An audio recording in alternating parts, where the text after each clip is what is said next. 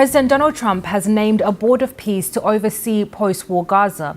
Sir Tony Blair, private equity boss Mark Rubio, and the US President's son-in-law Jared Kushner will be among its members. The names also include US Secretary of State Marco Rubio, US Special Envoy Steve Witkoff, World Bank President Ajay Banga, and the US National Security Advisor Robert Gabriel. All members will oversee Trump's 20-point peace plan for Gaza. Our North America correspondent David Willis has the latest. A former envoy to the Middle East, Sir Tony Blair's appointment to Donald Trump's Board of Peace is nonetheless controversial. There were reports as recently as last month that he'd been sidelined following objections from several Muslim and Arab states over his role in the US-led invasion of Iraq in 2003. The release of Israeli hostages held by Hamas marked the first phase of Donald Trump's plan to end the conflict in Gaza. Phase 2 involves cementing a fragile ceasefire and rebuilding a territory devastated by more than 2 years of war, overseen by this new Board of Peace. Hello and welcome, guys. Dr. John is here. So what just happened? At the Munich Security Conference, Secretary of State Marco Rubio delivered a speech so polished and traditional in its embrace of alliances and diplomacy that it stunned international leaders and prompted a reaction from Trump that revealed the internal tensions between two competing visions of American leadership within the same administration. The response was immediate and unmistakable. European allies responded warmly. The international press coverage was positive. The foreign policy establishment reacted with evident relief. These were people who had been anxious about the direction of American foreign policy, uncertain about what the United States would do next, worried about the future of the alliance system that has underpinned global stability for nearly 8 decades. Chaired by Donald Trump, the board's 7 founder members include both the president's son-in-law, Jared Kushner, and his special envoy, Steve Witkoff, who together were credited with brokering the recent ceasefire in Gaza. Other members include the US Secretary of State Marco Rubio, another of Mr. Trump's trusted aides. On his Truth social media platform, the president called it the greatest and most prestigious board ever assembled at any time. Yet conspicuous by their absence are any Palestinian or Arab names. The White House has said additional appointments will follow. From the ruins that now constitute Gaza, Donald Trump has talked of creating a Riviera-style resort destination. Yet the territory's immediate future remains deeply uncertain. Israel and Hamas have each accused the other of violating the current ceasefire, and Hamas has yet to publicly commit to a full disarmament in Gaza.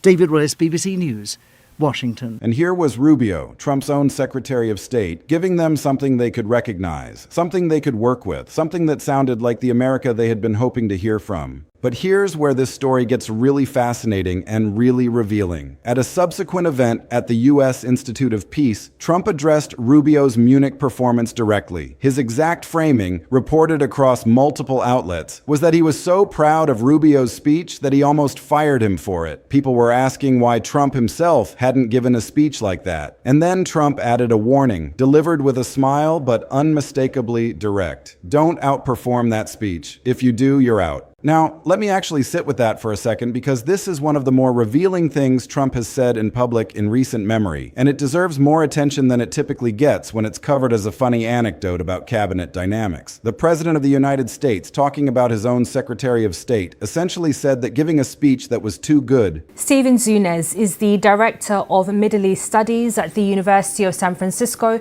He told me what he makes of the newly announced board. Well, it seems that it includes a number of people who aren't exactly considered objective personalities when it comes to Israel-Palestine. We've had Jared Kushner, who has talked openly about ethnically cleansing the territory and because of the valuable resort property. You have Marco Rubio, who has steadfastly opposed the two-state solution, believe all the land belongs to Israel, has even supported the settlements. And of course, Donald Trump himself, who's used that's Palestinian as a pejorative against political opponents and the like. And so I think given that you're not going to have any Palestinians on this committee, and they did not turn it over to the Palestine Authority, which is the recognized government of Palestine by 157 countries, I'm afraid many Palestinians across the political spectrum will see this as kind of a neo-colonial setup. Do you think the board will have the confidence of some Palestinians, Arab leaders, and crucially Israel as well? Too well received, that generated too much positive comparison between Rubio and Trump, was a firing offense. The speech landed so well with European allies and with the international press that people in the room and in the coverage were asking why Trump himself had not given a speech like that. The comparison between what Rubio sounded like in Munich and what Trump sounds like when he speaks about foreign policy was apparently uncomfortable enough that Trump felt the need to publicly preempt it with a joke about firing Rubio for it. And that reaction tells you a great deal about the internal dynamics of this administration and about what it means to be very good at your job when your job is to serve someone who needs to be the most impressive person in any room. This is a pattern with documented history. Rex Tillerson was widely written about as the adult in the room. Perhaps Israel, but again, I think with the lack of Arab representation and with people who are hostile to even the most modest of Palestinian aspirations, it may just really feed Hamas's narrative, that the world is stacked against them and they need to embrace this kind of extremism. I mean, the good thing, of course, is that if they are able to establish some kind of technocratic authority, and so that Hamas is no longer the governing entity in Gaza, I mean, obviously that's a step forward. And if it also inhibits Israel from its ongoing violations of ceasefire, that's obviously a positive thing as well. But in terms of the longer range plans of bringing real peace and security, let alone justice, I'm relatively skeptical of this, the makeup of this committee. Of course, the Trump administration will say that it has brought about the ceasefire that's now in place and that it's committed to the reconstruction of Gaza. You mentioned the Palestinian Technocratic Committee that will be set up under this plan. How independent do you think it will be? When it came to foreign policy during the first term, the experienced executive who understood how governments work and who spoke the language that international partners recognized as serious. He lasted less than 2 years and got fired by tweet. James Mattis left after making clear his concerns about how Trump was treating alliances and military leadership. His resignation letter was a statement of foreign policy principle that made headlines specifically because of how different it sounded from the president's approach. Nikki Haley spent her time as UN ambassador building an independent profile as a credible and serious foreign policy voice. Someone who could be taken seriously at the international level on her own terms. Eventually, the relationship became difficult, and she left. The people who get too much good press, who develop their own standing on issues where Trump considers himself the brand, who start to sound like they could do this independently of Trump, those people have historically found the relationship with Trump increasingly untenable. And here's Rubio, fresh off Munich, with the kind of international press that historically triggers exactly that pattern of reaction from a president who needs to be the biggest figure in any story. But here is what makes this story more complicated than a simple narrative about a falling out waiting to happen. Rubio is not just Secretary of State. Trump expanded his portfolio to make him acting national security advisor as well, which means Rubio simultaneously holds the two most senior and consequential foreign policy positions in the executive branch. He is not a peripheral cabinet figure who got some nice coverage on an overseas trip. He is the person running American foreign policy on a day-to-day operational basis with the portfolio and the institutional authority to match. And at Munich, that person gave a speech that European allies and defense ministers and foreign policy professionals responded to with something that looked unmistakably like relief, because it sounded like the traditional American understanding of what American leadership means in the world. It sounded like someone who knew what they were doing and who understood the system they were operating in. Rubio in Munich was getting standing ovations from the European allies, who had been anxious about American foreign policy under this administration. Trump, as we've documented, was getting booed at the NBA Finals in his own home city. Those are two very different and very publicly documented images of American leadership playing out in the same political moment, and what they mean for the internal dynamics of the Trump administration, for the foreign policy of the United States, and for the political landscape that is quietly forming in the spaces beyond Trump's second term. That is what we need to understand. Marco Rubio Rubio was one of the leading voices of the interventionist, hawkish wing of the Republican foreign policy establishment for the better part of a decade in the United States Senate. He believed in American engagement abroad. He believed in maintaining alliances and projecting American power through a combination of military strength and diplomatic leadership in the traditional post-World War II American role as the anchor of the international order it helped construct. He was a kind of Republican foreign policy voice that European allies recognized and felt comfortable dealing with. He spoke the language of the international system they operated in with fluency and evident conviction.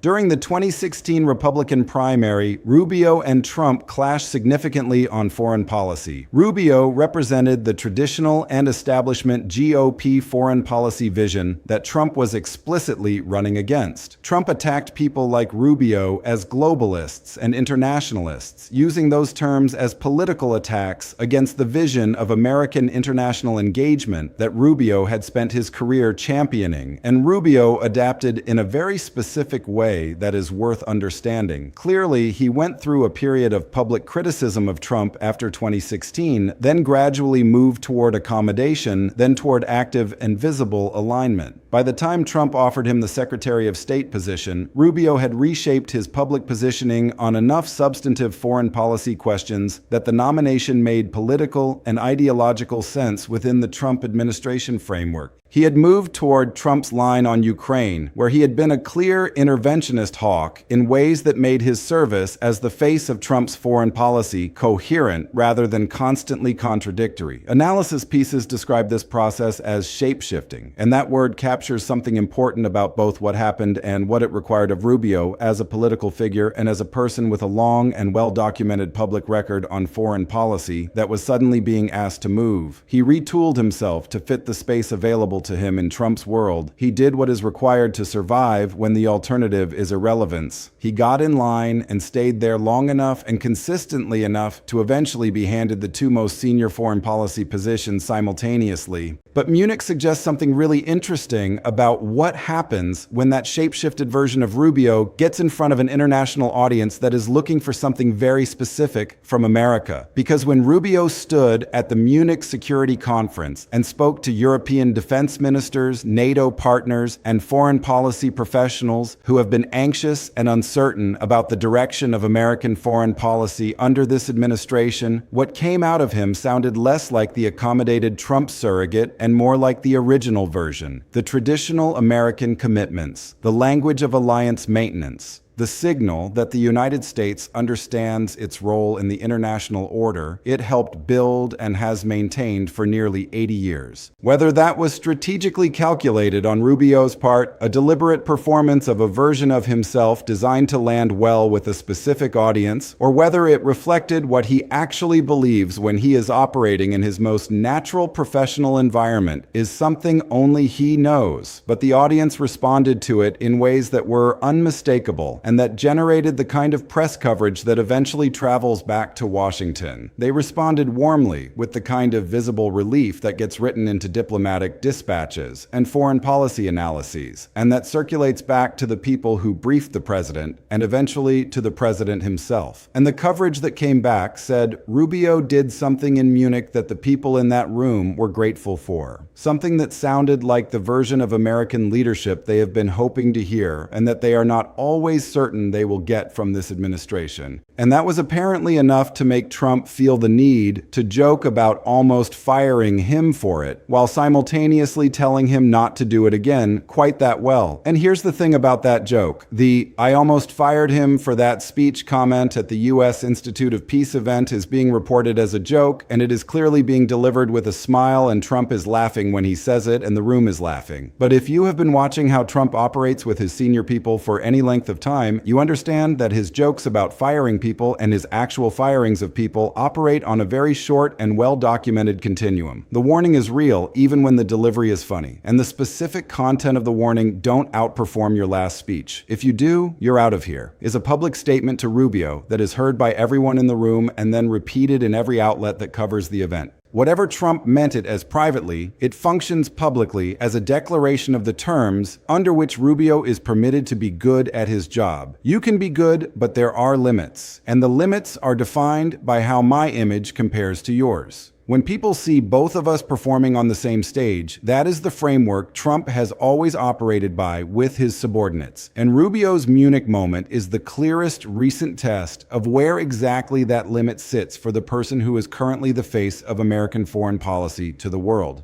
Now let's talk about what the Munich speech itself represents in the context of Rubio's expanded role, because the dual title situation makes the political implications significantly more serious than if this were just a cabinet official getting good reviews on an overseas trip. When Trump made Rubio acting national security advisor in addition to Secretary of State, he made one person simultaneously the public face and the operational manager of American foreign policy at the highest level. That is an extraordinary concentration of foreign policy responsibility. And the gap between what Rubio sounds like in Munich and what Trump sounds like on foreign policy is not in that context a gap between a supporting player and the lead. It is a gap between the person actually running the day-to-day foreign policy of the United States and the president who nominally directs it. That gap expressed publicly at Munich, acknowledged by the European allies who responded to it, acknowledged by Trump in his joke, is a structural feature of the current American foreign policy situation that European governments and American diplomats and congressional overseers are all navigating in real time. And then there is the post-Trump positioning dimension, which is real and which is being actively noticed by people inside the Republican Party who think seriously about these things. Commentators and GOP insiders have begun pointing out that Rubio's Munich moment, his expanded portfolio, his evident performance competence in traditional foreign policy context, the warmth of the international response, positions him in a specific and unusual way for whatever comes after Trump's second term. Here is what makes that positioning specific rather than just generic. Every former Trump official who manages to build a genuine reputation for competence and seriousness without being perceived by the base as disloyal, who accumulates foreign policy credentials and international standing while remaining aligned enough with the MAGA world to stay in the administration, is building something for the political future that extends beyond Trump's presidency. The question is how many of them can do it while remaining inside the relationship rather than being forced outside it. The ones who leave eventually, Mattis, Haley, others can build reputations, but they lose the base alignment that makes those reputations transferable in the Republican primary environment. Rubio right now is trying to do something rarer and harder, build the credentials while staying inside. And Munich was a significant advancement of that project regardless of whether he intended it that way. The international standing it produced, the visible warmth of the European response, the image of a credible American statesman at a premier international security forum, and then Trump's joke about almost firing him for it, which functions as confirmation that what Rubio built in Munich was real and significant enough to make the most politically perceptive person in American politics uncomfortable. All of that together is a meaningful piece of political infrastructure for someone who is thinking about what comes after the current moment.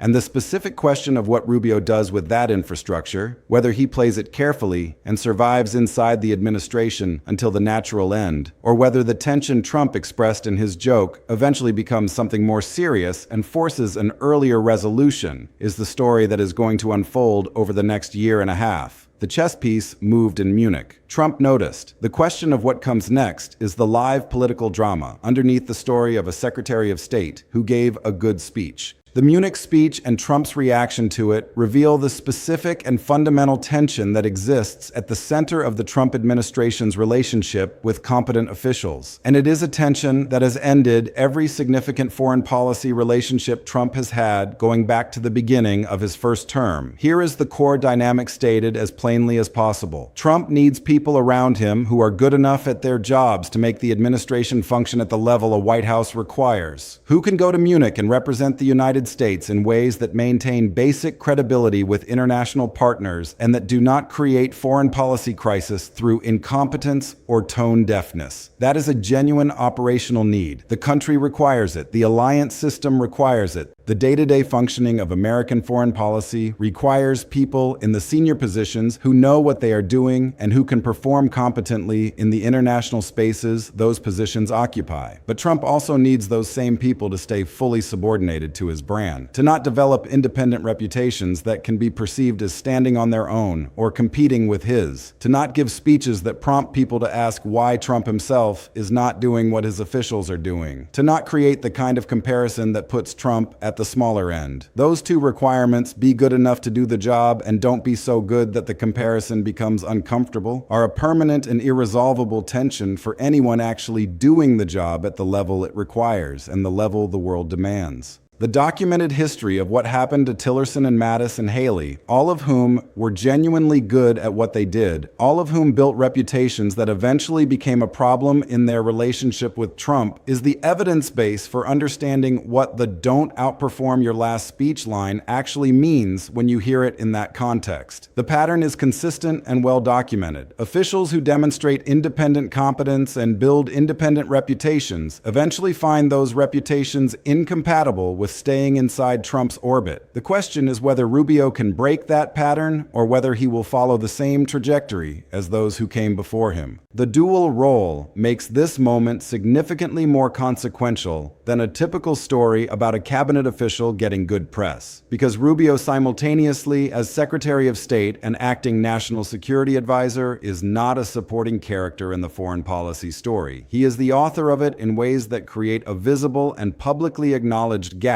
between what American foreign policy sounds like when Rubio performs it and what it sounds like when Trump performs it. That gap was on display in Munich in a documented and internationally witnessed way. It was acknowledged by the European allies and security professionals who responded warmly to what Rubio was saying. It was acknowledged by Trump himself in his joke about almost firing Rubio for the speech, which is itself a public confirmation that the gap existed and that it was noticed by the people in a position to notice it most directly. It is now part of the public record of what this administration looks like. European governments, American diplomats, and congressional overseers are all working with that public record as they try to understand what American foreign policy actually is, which version of American leadership they are dealing with in any given moment. That ambiguity created by the gap between how Rubio sounds and how Trump sounds, when they are each being themselves, is a structural feature of the current American foreign policy situation that has real consequences for how alliances function and how international partners make decisions about their relationships with Washington. The post-Trump political positioning angle is the dimension of this story that is going to matter most over the next 2 to 4 years. And Munich may have been Rubio's most significant single move in building the combination of credentials that would make him a plausible standard bearer for the Republican foreign policy vision after Trump's second term ends. Here's what Rubio has accumulated in a relatively short time through a specific combination of loyalty, adaptability, and genuine performance competence. He has the institutional authority that comes from holding the two most senior foreign policy positions in the executive branch simultaneously, a concentration of formal power that is rare in any administration. He has the international standing that comes from being received warmly at Munich as a credible and traditional American statesman, the kind of standing that European allies and foreign policy professionals assign based on what they hear and whether it sounds serious and reliable to them. He has the base credibility from having been sufficiently aligned with Trump to earn and keep these roles through a period when Trump's tolerance for independent behavior has been demonstrably low. And he has the specific drama of Trump's public joke about almost firing him for the Munich speech, which somewhat counterintuitively functions as a public confirmation that Rubio is doing something significant enough to make the most politically perceptive person in American politics take note and feel the need to issue a warning. The way Rubio has accumulated these elements from inside the administration while remaining visibly aligned without a dramatic public break is specifically different from how the previous generation of aspirants to similar positions accumulated their credentials. They built their reputations outside the relationship and eventually could not sustain both. Rubio is attempting to do it inside the relationship while remaining. Whether that is ultimately sustainable is the question the next chapter of this story will answer. future. So, here's the full documented picture of the Munich story and what it means right now for the administration, for American foreign policy, and for the political landscape beyond Trump's second term. Rubio went to the Munich Security Conference as Trump's Secretary of State and acting national security advisor, the person simultaneously holding the two most senior foreign policy positions in the United States government. He gave a speech that European allies and defense professionals responded to with warmth and visible relief because it sounded like traditional American leadership from someone who understood what they were doing and who spoke the international systems language. Trump said at the U.S. Institute of Peace that he almost fired Rubio for the speech because people were asking why Trump had not given a speech like that himself, and told Rubio not to outperform it or he would be out of there. The joke is framed as a joke and delivered as a joke, but the pattern it invokes is documented across Tillerson, Mattis, Haley, and others. The pattern of officials who build independent reputations for competence and seriousness and eventually find those reputations incompatible with staying inside Trump's orbit. Rubio is now the most powerful foreign policy official in the administration, and he just gave the speech that made the comparison between him and Trump most publicly visible. The political story to watch in the months ahead is whether he can maintain the balance, competent enough to keep the job and the roles credible enough internationally to keep building the profile, but not so independently luminous that the joke becomes a warning, becomes an actual outcome. The chess piece moved in Munich. The question of whether Rubio can keep it there is the live political drama underneath the story of a Secretary of State who gave a very good speech and was told not to do it again quite that well. This is the story of a man who was once a fierce critic of Trump, who transformed himself to survive in Trump's world, who rose to the highest foreign policy positions in the administration, who gave a speech that the world responded to with relief and enthusiasm, and who was then warned that being too good at his job was a firing offense. It's the story of a president who needs competent people around him, but cannot tolerate anyone who might outshine him. It's the story of the impossible tension at the heart of this administration, the tension between the operational requirements of governing and the psychological requirements of Trump's need to be the biggest figure in any room. Rubio now faces a choice. He can continue to perform at the level the international community expects and needs, building his credentials and his standing, risking the warning becoming an actual firing. Or he can pull back, sound less like the traditional American statesman, avoid the comparisons that make Trump uncomfortable, and preserve his position inside the administration at the cost of his reputation and his future political viability. Which path he chooses and how the administration responds to whatever choice he makes is the story that is going to unfold in the coming months and years. What happened in Munich was not just a good speech. It was a moment of revelation. It revealed that Rubio still has within him the voice of traditional American foreign policy leadership that he had before the transformation. It revealed that the international community is hungry for that voice and will respond to it enthusiastically when it hears it. And it revealed that Trump, even when he benefits from having a competent Secretary of State, cannot tolerate the comparison that competence inevitably creates. That is the Rubio paradox. The better he does his job, the more he threatens his position. The more he sounds like the statesman the world wants to hear, the more he sounds like someone who might be able to do this without Trump. And that, in the Trump administration, is the most dangerous thing you can be.